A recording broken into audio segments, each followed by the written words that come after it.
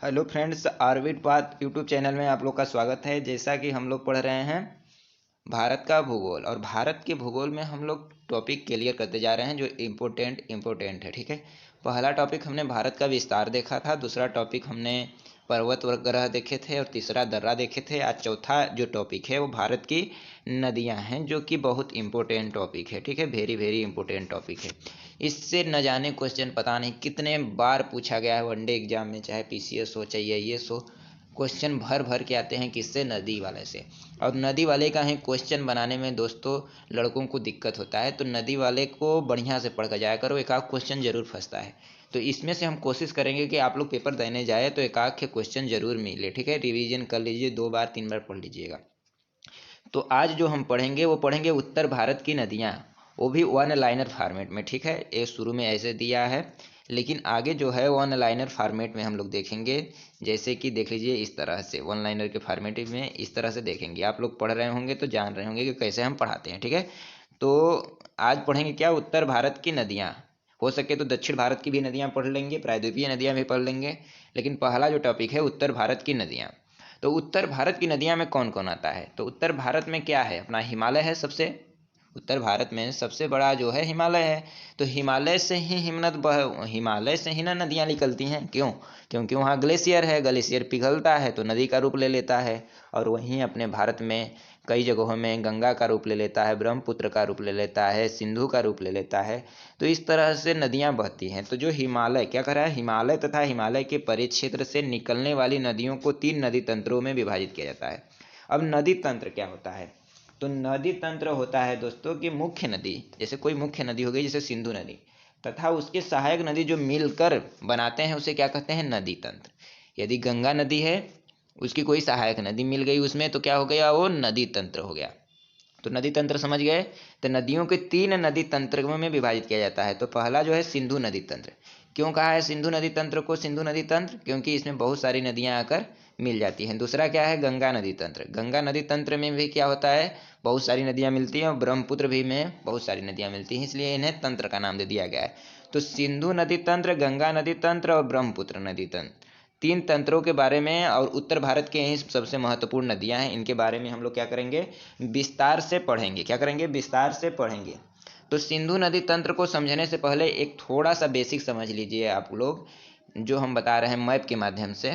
देख लीजिए कैसे बता रहे हैं, उसको समझिएगा ना, तो आपको क्वेश्चन करने में बढ़िया, आपको क्या होगा? बहुत ही सहायता मिलेगा। तो जो ये ऊपर का भाग होता है हमारे भारत का, कुछ ऐसे होता है। ठीक है, कुछ ऐसे ही होता है। थोड़ा बहुत ऐसे करके बनाने नहीं आ रहा है, तो ऐसे ही होता है। ठीक है, और जो ऊपर है ये क्या है? ये क्या है? लद्दाख। ये क्या है? ये ऊपर वाला जो हिस्सा है ये वाला लद्दाख है। ठीक है, यहाँ कौन होता है? जम्मू कश्मीर। क्या है? जम्मू कश्मीर। और इधर जो होता है ये क्या है? ये क्या है? हिमाचल प्रदेश। क्या है? हिमाचल प्रदेश। और इधर जो होता है पंजाब वगैरह, हरियाणा। ठीक है, पंजाब हरियाणा। तो ये क्या हो गया? लद्दाख हो गया, ये जम्मू कश्मीर हो गया, और ये क्या हो गया? ये क्या? इधर इधर थोड़ा सा इधर क्या होता है? पीओके है। पीओके जो इस समय किस में है? पाकिस्तान में है। इधर क्या है? अक्साई चीन है। इसमें लद्दाख भी है। ठीक है, तो इसको हम लोग पूरा मानकर लद्दाख चलते हैं। ये क्या है? जम्मू कश्मीर है। ये क्या है? हिमाचल प्रदेश है। क्या है? पंजाब। तो इनमें से कैसे नदियां निकलती हैं? इधर क्या है? इधर क्या है? चीन है। इधर क्या है? चीन का तिब्बत शहर है। ठीक है, चीन के तिब्बत से बहुत सारी नदियां निकलती हैं। जैसे कि सिंधु नदी को देख लें अपने। क्या? सिंधु नदी को देख लें, यह कहाँ से निकलती है? सिंधु नदी जो है, एक मिनट दोस्तों, जो सिंधु नदी है वो कहाँ से निकलती है? ये तिब्बत जो है, तिब्बत के मानसरोवर झील, तिब्बत के मानसरोवर झील से ब्रह्मपुत्र नदी भी निकलती है, और सिंधु नदी भी निकलती है, और एक सतलज नदी भी निकलती है। ठीक है, तीनों को याद रखना कि सिंधु नदी जो तिब्बत का मानसरोवर झील है, यहाँ मान लीजिए मानसरोवर झील है, यहाँ से कौन नदी निकलती है? सिंधु नदी, और एक सतलज नदी, और एक ब्रह्मपुत्रा नदी। ठीक है, तो मानसरोवर झील से निकलते हुए, ठीक है, मानसरोवर झील से सिंधु नदी, ये कौन आ रही है? ये कौन है? ये सिंधु नदी है। कौन है? सिंधु नदी। समझना केवल, सिंधु नदी है, मानसरोवर झील से निकलते हुए ये जम्मू कश्मीर से होते हुए पाकिस्तान में चली गई। इधर क्या है? पाकिस्तान। क्या है? पाकिस्तान। तो कहाँ से? अगर दोस्तों आपको हमारा थ्योरी नहीं देखना है तो आप लोग स्किप करके थोड़ा आगे बढ़कर क्वेश्चन देखिए। ठीक है, अगर नहीं समझ में आ रहा होगा तो थोड़ा सा देख लीजिए, अच्छा ही होगा। तो ये जो चीन का तिब्बत का मानसरोवर झील है, वहां से सिंधु नदी निकली है। सिंधु नदी निकलती जा रही है, कहाँ आ गई? पाकिस्तान में आ गई। कहाँ गई? पाकिस्तान में। ठीक है, उसके बाद क्या है, उसके बाद चिनाब नदी। चिनाब नदी कहाँ से निकलती है, हिमाचल प्रदेश से। चिनाब नदी हिमाचल, इसकी सहायक नदियाँ 5 है सिंधु नदी की, ठीक है। यहाँ से क्या निकलती है, चिनाब। क्या निकलती है, हिमाचल प्रदेश से क्या निकलती है, चिनाब नदी निकलते हुए कहाँ जाकर मिल जाती है दोस्तों, चिनाब नदी जाकर पाकिस्तान में मिल जाती है, किससे, सिंधु नदी से। किससे, सिंधु नदी से। किससे मिल जाती है, सिंधु नदी से। अगला कौन है, झेलम नदी। झेलम नदी कश्मीर के शेषनाग झील से निकलती है और पाकिस्तान में सीमा बनाते हुए तो कश्मीर से शेषनाग झील से निकलकर यहाँ जाकर किससे मिल जाती है, चिनाब से मिल जाती है। थोड़ा समझने में आप लोग को दिक्कत हो रहा होगा। तो यहाँ क्या है, चीन है, इधर क्या है, पाकिस्तान है, ठीक है। ये अपना लद्दाख है, जम्मू कश्मीर है, हिमाचल प्रदेश है, ठीक है। ये कौन नदी है, सिंधु। ये कौन है, सिंधु, पाकिस्तान में आ गई, ठीक है। कहाँ से, चीन के मानसरोवर झील से निकलते हुए कहाँ से कहाँ चली गई, पाकिस्तान में, सिंधु नदी। फिर ये जो आपका हिमाचल प्रदेश से निकली चिनाब नदी जाकर सिंधु में मिल गई। फिर यहाँ क्या है, यहाँ जम्मू कश्मीर है, जम्मू कश्मीर से कौन निकली, झेलम नदी जाकर किस में मिल गई, चिनाब में मिल गई। किस में मिल गई, चिनाब में मिल गई।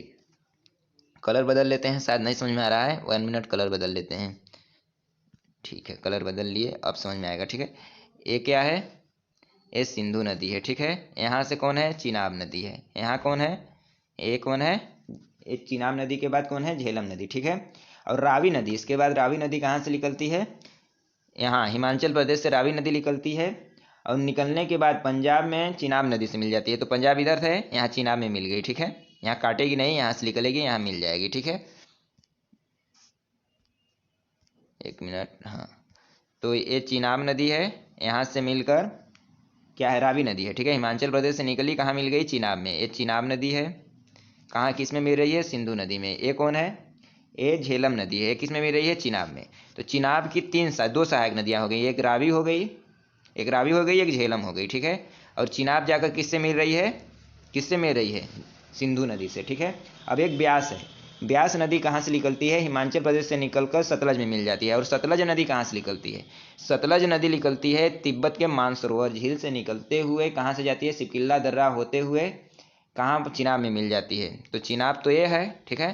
तो यहाँ से जाते जाते यहाँ मिल जाएगी, ठीक है। इसमें मिल गई, चिनाब में। और उसके बाद कौन, ब्यास नदी हिमाचल प्रदेश से निकलकर कहाँ से, सतलज में मिल जाती है। तो हिमाचल प्रदेश से यहाँ, इससे ये इसमें मिल जाती है, ठीक है। याद रहेगा। अब फिर से देख लो, ये जो तिब्बत, चीन का तिब्बत है, मानसरोवर है, मानसरोवर से निकला सिंधु नदी जाकर पाकिस्तान में हो गया, मिल गया, ठीक है। फिर उसके बाद निकला चिनाब नदी, कहाँ से, चिनाब नदी कहाँ से निकला, हिमाचल प्रदेश में जाकर वहाँ पाकिस्तान में किससे मिल गया, सिंधु से।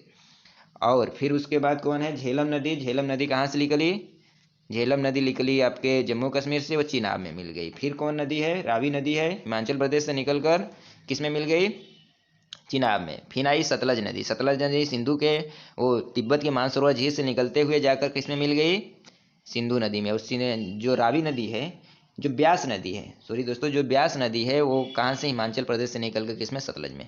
तो हिमाचल प्रदेश से 3 नदियाँ निकल रही हैं, 3 नदियाँ निकल रही हैं। कौन कौन, रावी निकल रही है, चिनाब निकल रही है, और एक क्या निकल रही है, एक आपका ब्यास नदी निकल रही है। 3 नदी कहाँ से निकल रही है, हिमाचल प्रदेश से। 2 नदी निकल रही है आपका तिब्बत के, चीन के तिब्बत से, ठीक है। तो दोस्तों हमको आशा करते हैं कि आपको ये सिंधु नदी तंत्र समझ में आया होगा। अगर नहीं समझ में आया होगा तो फिर से वीडियो देख लेना। आगे क्वेश्चन करेंगे इसके में जो दिया है, ठीक है।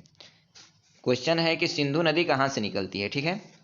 सिंधु नदी कहाँ से निकलती है, तो सिंधु नदी बोखरचू, हिमनद, कैलाश पर्वत श्रेणी से। कैलाश पर्वत कहाँ है, आप लोग सोचेंगे कि सर जी गलत पढ़ा दिए, लेकिन सर जी गलत नहीं पढ़ाए हैं। बोखरचू, हिमनद, कैलाश पर्वत श्रेणी चीन के तिब्बत के मानसरोवर झील के पास ही है, ठीक है। तो चीन के तिब्बत के मानसरोवर झील, ये भी ऑप्शन दे सकता है, ये भी दे सकता है, तो दोनों याद रखना, ठीक है। अगला क्वेश्चन है, सिंधु नदी की कुल लंबाई कितनी है, तो 2880 किलोमीटर। 2880 किलोमीटर सिंधु नदी की कुल लंबाई है, ठीक है। सिंधु नदी की भारत में कितनी लंबाई है, तो 709 किलोमीटर। अगर सिंधु नदी की कुल लंबाई कहें पाकिस्तान से लेते हुए, चीन से लेते हुए, तो 2880 किलोमीटर है। केवल भारत में बात की जाए तो 709 किलोमीटर। और सिंधु नदी के बारे में एक सिंधु जल समझौता हुआ है भारत और पाकिस्तान के बीच, ठीक है। कब हुआ था? 1960 में हुआ था, जिसमें कहा गया था कि जो सिंधु नदी है, झेलम नदी है और चिनाब नदी है, इसका भारत केवल 20% इसके पानी का दोहन करेगा, बाकी 80% यूज कौन करेगा? पाकिस्तान। तो सिंधु जल समझौता कब हुआ था? 1960 में। याद रखना, सिंधु जल समझौता कब हुआ था? 1960 में। सिंधु जल समझौता 1960 में, जिसमें कहा गया कि सिंधु और कौन है? झेलम चिनाब का 20% पानी भारत रखेगा, बाकी पाकिस्तान को दे देगा 80%। ठीक है, याद रहेगा। आगे क्वेश्चन देखते हैं कि झेलम, चेनाब, रावी, ब्यास, सतलज किस नदी की सहायक नदियां हैं? तो सिंधु नदी की। इतना बड़ा समझाने के बाद तो कर ही लोगे। सिंधु नदी की सहायक 5 नदियां हैं, झेलम, चिनाब, रावी, ब्यास, सतलज। अगर इसका ट्रिक देखना चाहते हो तो ट्रिक बता देते हैं कि झेलना झेलना झेलना चरस 20 झेलना चरस 20, ये क्या है? इसका ट्रिक है। ठीक है, झेलना से झेलम नदी, ठीक है, च से चिनाब नदी, र से नारावी नदी, स से सतलज नदी, बी से ब्यास नदी। ठीक है, याद रहेगा। झेलना चरस 20, झेलना चरस 20, झेलना चरस 20, 5 सहायक नदियां हैं किसकी? सिंधु नदी की। आगे देखेंगे। आगे क्वेश्चन है कि सिंधु नदी को तिब्बत में किस नाम से जाना जाता है? तो सिंधु नदी जो है उसको तिब्बत में किस नाम से जाना जाता है? सिंघी खंबन या लायंस माउथ। सिंघी खंबन या लायंस माउथ के नाम से जाना जाता है किसको? सिंधु नदी को। कहाँ? तिब्बत में। अगला क्वेश्चन है, सिंधु नदी द्वारा निर्मित सबसे गहरे महाखंड का क्या है नाम है? तो सिंधु नदी द्वारा निर्मित सबसे गहरे महाखंड का नाम क्या है? गिलगिट। क्या नाम है? गिलगिट। गिलगिट। ठीक है, सिंधु नदी द्वारा निर्मित सबसे गहरे महाखंड का नाम क्या है? गिलगिट। अगला क्वेश्चन है, झेलम नदी के उद्गम स्थल का नाम क्या है? तो बेरीनाग। तो झेलम नदी कहाँ से जो निकलती है? बेरीनाग झील से। ठीक है, उद्गम स्थल कहाँ है झेलम नदी का? बेरीनाग। ठीक है, तो झेलम नदी कहाँ से निकलती है? बेरीनाग। बेरीनाग शेषनाग। ठीक है, तो झेलम नदी बेरीनाग शेषनाग झील से निकलती है। तो कहाँ? पाकिस्तान। अरे कहाँ है ये बेरीनाग या शेषनाग? ये है आपका जम्मू कश्मीर में। कहाँ? जम्मू कश्मीर में। अगला क्वेश्चन है, कश्मीर की सबसे महत्वपूर्ण नदी कौन है? झेलम। कश्मीर की सबसे महत्वपूर्ण नदी झेलम है, क्योंकि झेलम कश्मीर से निकलती है तो सबसे महत्वपूर्ण नदी भी होगी। याद रहेगा, याद रहेगा। कश्मीर वालों को झेलना मामूली बात नहीं है, ट्रिक याद कर लो। कश्मीर वालों को झेलना मामूली बात नहीं है। अगला क्वेश्चन है, चेनाब नदी की हिमाचल प्रदेश में किस नाम से जाना जाता है? तो चेनाब नदी हिमाचल प्रदेश से निकलती है और सिंधु की सबसे बड़ी सहायक नदी भी है चेनाब। चेनाब सिंधु की सबसे बड़ी सहायक नदी भी है और कहाँ से निकलती है? हिमाचल प्रदेश से। और हिमाचल प्रदेश से जहाँ से निकलती है उसको क्या माना जाता है? क्या नाम? चंद्रभागा। चंद्रभागा, चंद्रभागा। और जाकर कहाँ मिल गया? सिंधु नदी से मिल गया भैया, सिंधु नदी से मिल गया। ठीक है, अगला क्वेश्चन है, रावी नदी कहाँ से निकलती है? तो रोहतांग दर्रे के पास से। तो रावी नदी कहाँ से निकलती है दोस्तों? हिमाचल प्रदेश के रोहतांग दर्रे से के पास से। तो हिमाचल प्रदेश में पिछला वीडियो पढ़ाए हैं हम दर्रे के बारे में, तो उसमें बताए थे कि रोहतांग दर्रा किस में पाया जाता है, किस राज्य में? तो किस में पाया जाता है? हिमाचल प्रदेश में। ट्रिक क्या बताए थे? हिमाचल प्रदेश में बड़ी छिपकली रहती है, तो हिमाचल प्रदेश में बड़ी छिपकली रहती है तो बड़ा लाचला दर्रा, और छिपकली से सिपकिला दर्रा, और रहती से रोहतांग दर्रा। ठीक है, तो रोहतांग दर्रा कहाँ है? हिमाचल प्रदेश में। रावी नदी कहाँ से निकलती है? हिमाचल प्रदेश के रोहतांग दर्रे से। ठीक है, अगला क्वेश्चन है, रावी नदी को किन अन्य नामों से जाना जाता है? तो पुरुषणी या इरावती। पुरुषणी या इरावती। ठीक है, अगला क्वेश्चन है कि ब्यास नदी कहाँ से निकलती है? तो ब्यास कुंड से। कहाँ से? ब्यास कुंड से। अगला क्वेश्चन है, ब्यास नदी को किस अन्य नामों से जाना जाता है? तो बिपाशा या अर्गिकिया। बिपाशा या अर्गिकिया के नाम से जाना जाता है। ठीक है दोस्तों, बिपाशा या अर्गिकिया के नाम से किसे जाना जाता है? ब्यास नदी को। आगे देखेंगे, आगे देखेंगे दोस्तों, आगे क्या है कि सतलज नदी कहाँ से निकलती है? तो राकसताल झील से। कहाँ से निकलती है? सतलज नदी राकसताल झील से। ठीक है, राकसताल झील से निकलती है। कौन? सतलज नदी कहाँ से निकलती है? राकसताल झील से। यानी कि यह चीन के तिब्बत के मानसरोवर से निकलते हुए राकसताल से, मेन इसका उद्गम कहाँ से है? चीन के तिब्बत के मानसरोवर झील से। ठीक है, बाकी राकसताल से माना जाता है।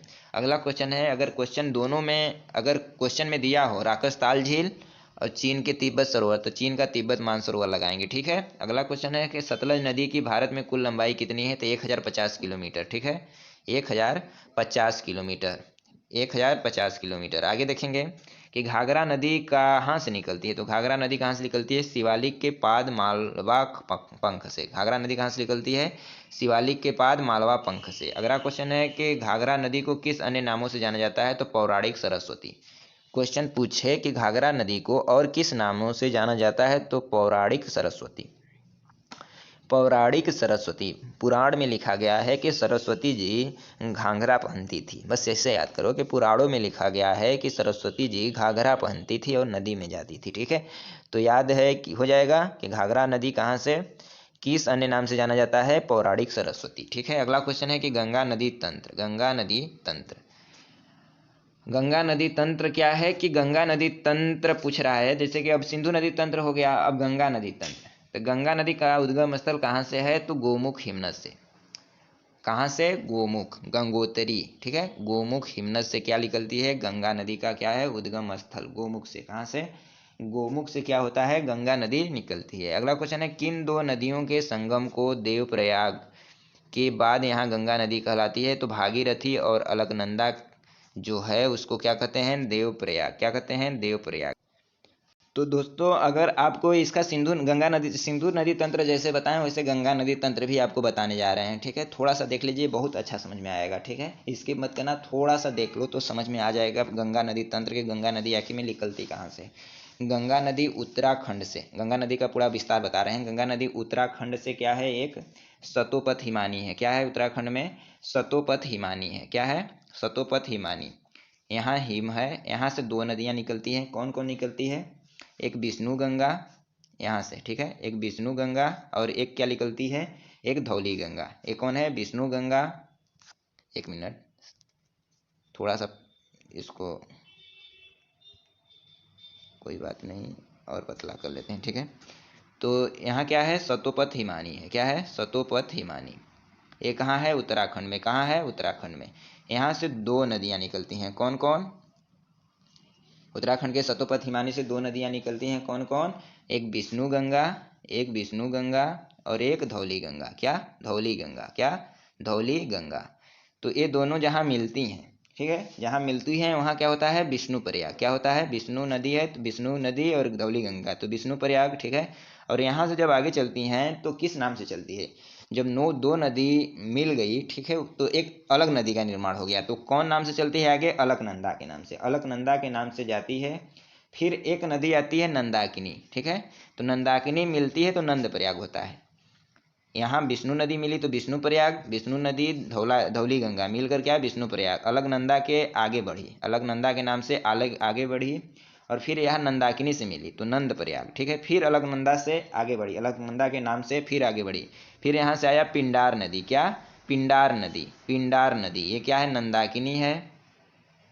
ठीक है, अब आया पिंडार नदी। क्या है, पिंडार नदी। तो पिंडार नदी मिलकर क्या हो गया, कड़ प्रयाग। ठीक है, यहाँ विष्णु प्रयाग, यहाँ नंद प्रयाग, यहाँ कड़ प्रयाग। अभी ट्रिक बताएंगे, याद हो जाएगा। यहाँ कड़ प्रयाग, फिर आगे चली। ठीक है, तो आगे चलने के बाद यहाँ केदारनाथ। क्या, केदारनाथ या मंदाकिनी नदी। यहाँ से कौन आती है, मंदाकिनी नदी। यहाँ से नंदाकिनी आई थी, नंद प्रयाग। यहाँ से कौन आई है, मंदाकिनी। मंदाकिनी, मंदाकिनी।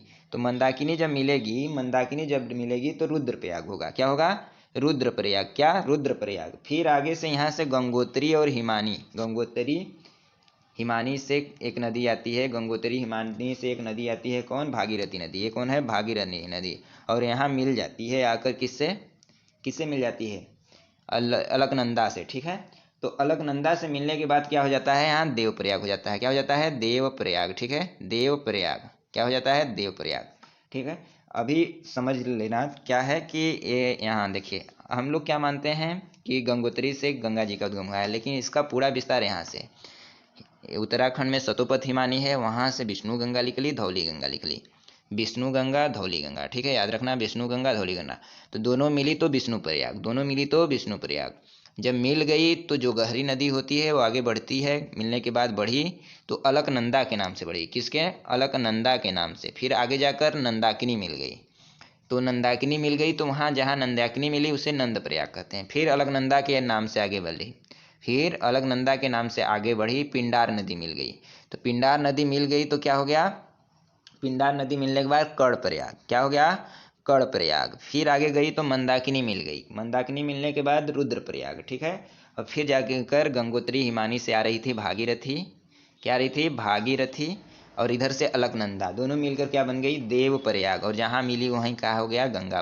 कहाँ हो गया, वहाँ से क्या हो गया, गंगा नदी का उद्गम हो गया। क्या हो गया, गंगा नदी का उद्गम। ठीक है, ठीक है दोस्तों, गंगा नदी का उद्गम हो गया। एक मिनट, कभी कभी डिस्टर्ब हो जाता है। एक मिनट बस। तो समझ में आ गया दोस्तों। अब आगे देखेंगे, समझ में आ गया होगा। तो आगे देखेंगे कि भारत का सबसे बड़ा क्या क्वेश्चन है कि भारत का सबसे बड़ा नदी बेसिन का क्या नाम है? तो गंगा नदी बेसिन। क्या है? सभी नदियों को मिलने के बाद एक गंगा नदी का निर्माण हुआ, जिसे गंगा नदी बेसिन कहते हैं। ठीक है, अगला क्वेश्चन है गंगा नदी की लंबाई कितनी है? तो 2501 किलोमीटर। ये एकदम मान्यता नहीं है कि 2501 किलोमीटर ही है, लेकिन लगभग माना जा सकता है 2501 किलोमीटर। ठीक है, अगला क्वेश्चन है कि भारत की बृहत्तम नदी का नाम क्या है? बृहत्तम नदी का नाम क्या है? गंगा नदी। तो भारत की सबसे बड़ी नदी कौन है? गंगा नदी। कौन है? गंगा नदी। आगे क्वेश्चन है कि गंगा नदी को बांग्लादेश में किस नाम से जाना जाता है? तो बांग्लादेश में क्या जाना जाता है? पद्मा। गंगा नदी को बांग्लादेश में क्या नाम से जाना जाता है? पद्मा। पद्मा, पद्मा। ठीक है, अगला क्वेश्चन है कि गंगा ब्रह्मपुत्र द्वारा निर्मित विश्व के सबसे बड़े डेल्टा का नाम क्या है?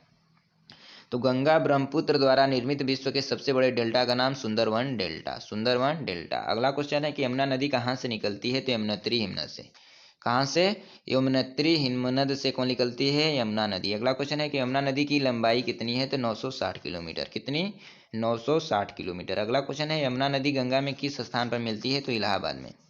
गंगा नदी यमुना नदी गंगा नदी से कहाँ मिलती है? तो इलाहाबाद में। वहीं क्या होता है? प्रयाग। ठीक है, अगला क्वेश्चन है कि किस नदी को प्रारंभ में अरुणा नदी के नाम से जाना जाता था? तो प्रारंभ में अरुणा नदी किसे कहते थे? कोसी को प्रारंभ में क्या कहते थे? अरुणा नदी। कोसी को प्रारंभ में क्या कहते थे? अरुणा नदी। याद रहेगा, अरुणा नदी को, अरुणा को सभी लोग कोसते हैं, तो अरुणा नदी कहाँ के किसको कहते थे? प्रारंभ में कोसी नदी को। सब अगला क्वेश्चन है सबसे अधिक पथ परिवर्तन करने वाली नदी कौन है? तो कोसी नदी। तो कोसी नदी इसीलिए पड़ा क्योंकि वह अपना मार्ग हमेशा बदलती रहती है। ठीक है, तो इसलिए वह क्या है? सबसे अधिक अपना पथ परिवर्तन करने वाली नदी कौन है? कोसी नदी। इसलिए उसको लोग कोसते हैं कि तू जा भैया, तेरा कोई काम नहीं है, तू नुकसान करने आती है, तेरे को गाली पड़े।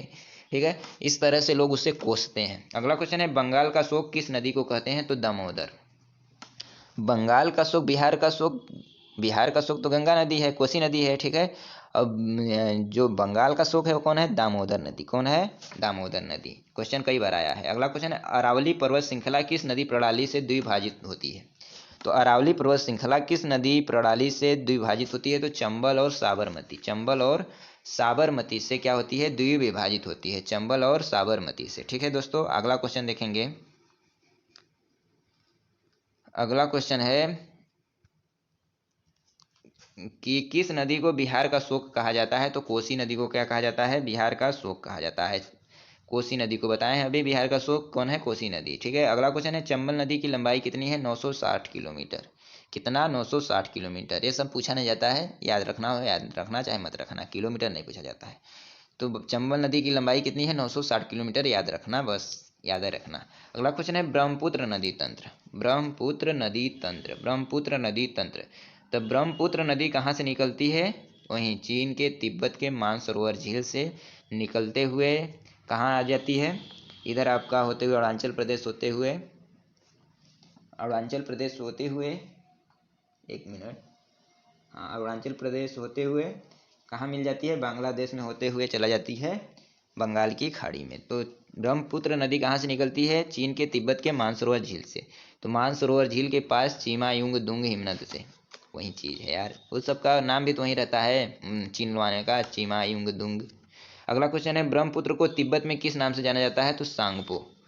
तो तिब्बत में ब्रह्मपुत्र को किस नाम से जाना जाता है? सांगपो। अगला क्वेश्चन है एशिया का सबसे बड़ा नदी द्वीप मांजुली नदी किस नदी पर है? जो एशिया का सबसे बड़ा नदी द्वीप है कौन? मांजुली नदी द्वीप। वह कहाँ है? किस नदी पर? तो ब्रह्मपुत्र नदी पर। कहाँ? ब्रह्मपुत्र नदी पर। ठीक है, आगे जो क्वेश्चन कह रहा है कि भारत प्रायद्वीपीय भारत की नदियाँ। तो प्रायद्वीपीय भारत की नदियाँ कौन कौन सी हैं, इसको अब अगला टॉपिक में देखेंगे, आज बहुत ज़्यादा हो गया। ठीक है, तो अगला टॉपिक होगा हमारा प्रायद्वीपीय भारत की नदियाँ। तो अगला टॉपिक देखना मत भूलिएगा, ये भी बहुत इंपॉर्टेंट है। नदी तंत्र थोड़ा समझना मुश्किल हो जाता है। ठीक है, तो इसको समझने के लिए थोड़ा आपको समय देना पड़ेगा, रिवीजन करना पड़ेगा, बाकी आ जाएगा। ठीक है, जो क्वेश्चन हम पढ़ाए हैं ना, अक्सर वही क्वेश्चन पेपर में आते हैं, तो उसको बार बार रिवीजन करिए जरूर जरूर, और क्वेश्चन करके पेपर में से आप आएंगे। ठीक है, तो दोस्तों चैनल को लाइक और सब्सक्राइब कर दीजिए। धन्यवाद।